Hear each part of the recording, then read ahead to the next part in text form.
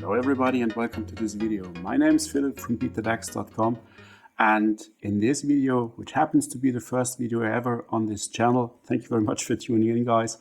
I would like to start with a very short introduction to volatility. What is volatility? Why do we have to think about volatility as traders? And as volatility can be a rather complex topic and subject, I thought it would be nice to split this video up into a small series of actual videos, and each of those cover a little aspect of volatility there. And so for today, it's really just getting started with a nice overview. And one way to actually measure volatility, if you would like to put it that way, would be just eyeballing it. So without much further ado, let's just get started. What is volatility? Well, I like to think of volatility as the speed of the market. Actually, prices are changing. Price changes over time, and that's the reason why we are in the market as traders. If price never does anything at all, we will have a hard time to make money, at least trading with usual instruments. Let's forget about options for a moment here. So prices change, and that's a good thing. Now we just have to measure how fast does price actually change over time. How fast is this change in the market? And if we take it a little bit further from here, the question then also could be, what is the character of the market? Do we see a lot of fast-paced changes in the market within a short period of time? Or is it rather a slow, steady moving market? And different types of markets do exist. Different types of markets or market regimes also change with each other within the same market. And just like as we take a stroll down the street, the question is, where are we right now? What is the neighborhood? What is the character of the market? And is there something that I have to be aware of? And is there something that I have to be aware of? Leads us also to that next big topic here is, why should we even bother about volatility? As long as prices change, that could be enough for us as traders to think, I don't need any further details, so why even bother? The question is, what is it that we can expect from the market moving forward? Is the market acting out of the ordinary? If I know, for example, that the market is moving steadily and rather slowly and continuously, and suddenly I start to see huge price swings in either direction, I know something is not acting as normal. Something is happening out of the ordinary. Why is the market showing this current characteristic? Do I think it will return back to normal? Do I think price will continue to show me those wild swings? I have to be aware of that. Simple as that. If I see that the market is acting out of the ordinary, I should ask myself, are my strategies, which I have been applying all the time in the market, still applicable right now in this type of market environment? And of course, if we move to the next step, to the next level, and talk about trading volatility with options, as option traders, we have to understand, is volatility currently rather high or rather low? Because we can trade volatility as traders, as option traders. And therefore, the big usual saying is buy low, sell high. Works for price and definitely also has to work for volatility as well. It doesn't make sense to sell volatility if volatility is rather cheap right now, and to buy volatility if volatility is high. So we have to get a good understanding, where are we right now with regard to current volatility regimes in the market. Talking about volatility, there is not that one type of volatility in the market. There are different types of volatility in the market. And the big distinction here is we have to talk about historical volatility, and we have to talk about implied volatility. So focusing on historical volatility is what happened in the market in the past. How fast did the market move in the past? So we can eyeball all this information, and we have, of course, indicators as well to help us measure and really put a precise number on the volatility. But this is all focused on the past. We get everything that we need to know from previous price action, reading price action, and looking at charts.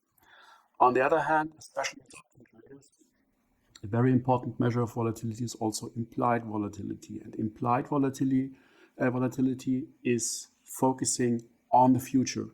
What are current market participants' expectation for what price move will happen in the near time or not so near time future? So how fast do people expect the market to move in the future? And this expectation is priced into the pricing of options, plain vanilla calls and puts, and we will focus on that in a further video of this series. But we have to understand option pricing focuses on expectations of market participants for the future, rather than observing what has the market been doing over those last few weeks and months when we focus on historical volatility. So let's focus on historical volatility first. How can we measure historical volatility? First and most straightforward approach here is just eyeballing it. We just have a look at the chart. We want to understand what that chart is telling us. And just like always, we want to focus here on price action and getting an idea about what the market has been doing so far. Another way to put a more scientific approach, instead of just eyeballing it, would be to start to calculate some indicators. And those indicators would be, for example, calculating the standard deviations and the average true range. A little bit more advanced, both of those. We will focus on those in the next part of this webinar, of this video series. And so let's just focus here on eyeballing first. We want to focus on the chart. We want to understand what the chart is telling us. We want to read price action. If you think about it, indicators are really just a secondary level of confirmation. How are indicators being calculated? They just take historical price data, they perform their mathematical magic, and they calculate one number or a series of numbers. But as the only input for those indicators usually is just price action, they can only output price action or a transformation of price action. So everything that those indicators can show us is really just a different representation of what is already within that original time series of price data. So indicators are redundant and can only show us what is already there in price on the chart. However, why do we use indicators then after all? Well, indicators help us with improving our scanning efficiency.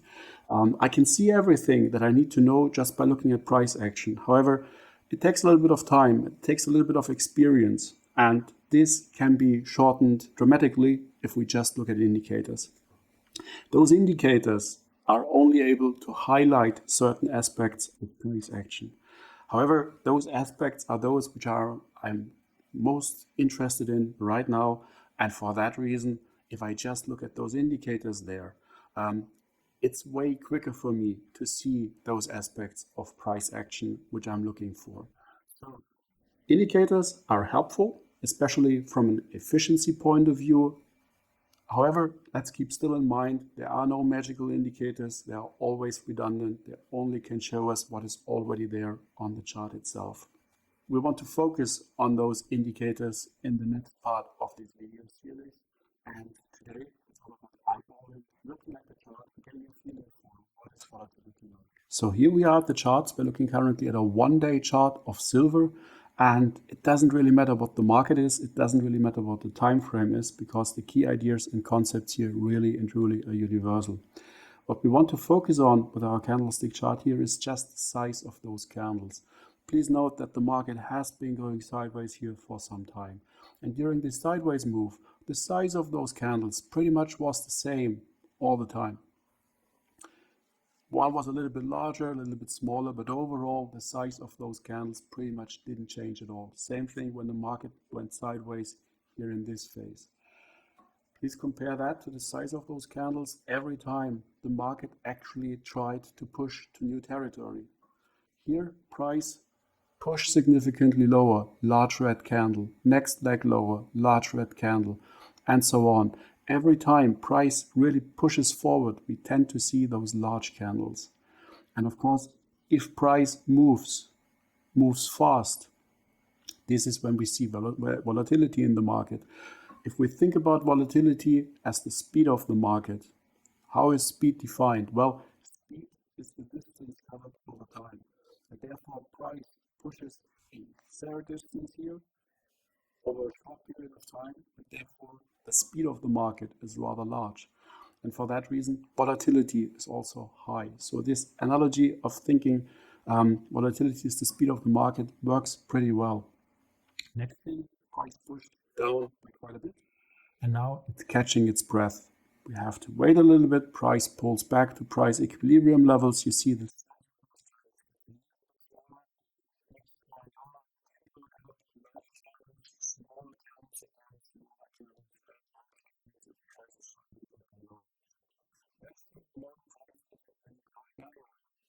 Lots of sideways action, a little bit up, a little bit down, but overall small candles as the price is moving sideways. Just think what our indicators that we will cover in the next video will actually show us here in this area. Pretty much volatility will be shrinking. And so you see, I hope you can see that you don't have to have those indicators on your chart. Just by understanding how the size of those candles and how often those candles occur actually helps us to understand what the current speed of the market is like. What is the current volatility? Same thing here, price started to push higher. We started to see a higher high here, a higher low. We started to move in a small uptrend. Price pushed against this flat level here. Let's draw this level in for a moment. Yeah, pretty much here in this area, you can see we saw several touches of this level here. And we saw rather small candles, low volatility as price was consolidating and compressing against this flat level. And once we got the breakout of this level, all this pressure has been released. We started to see large candles, and those candles have a tendency to become smaller once again. So one important characteristic of volatility can be observed here pretty well.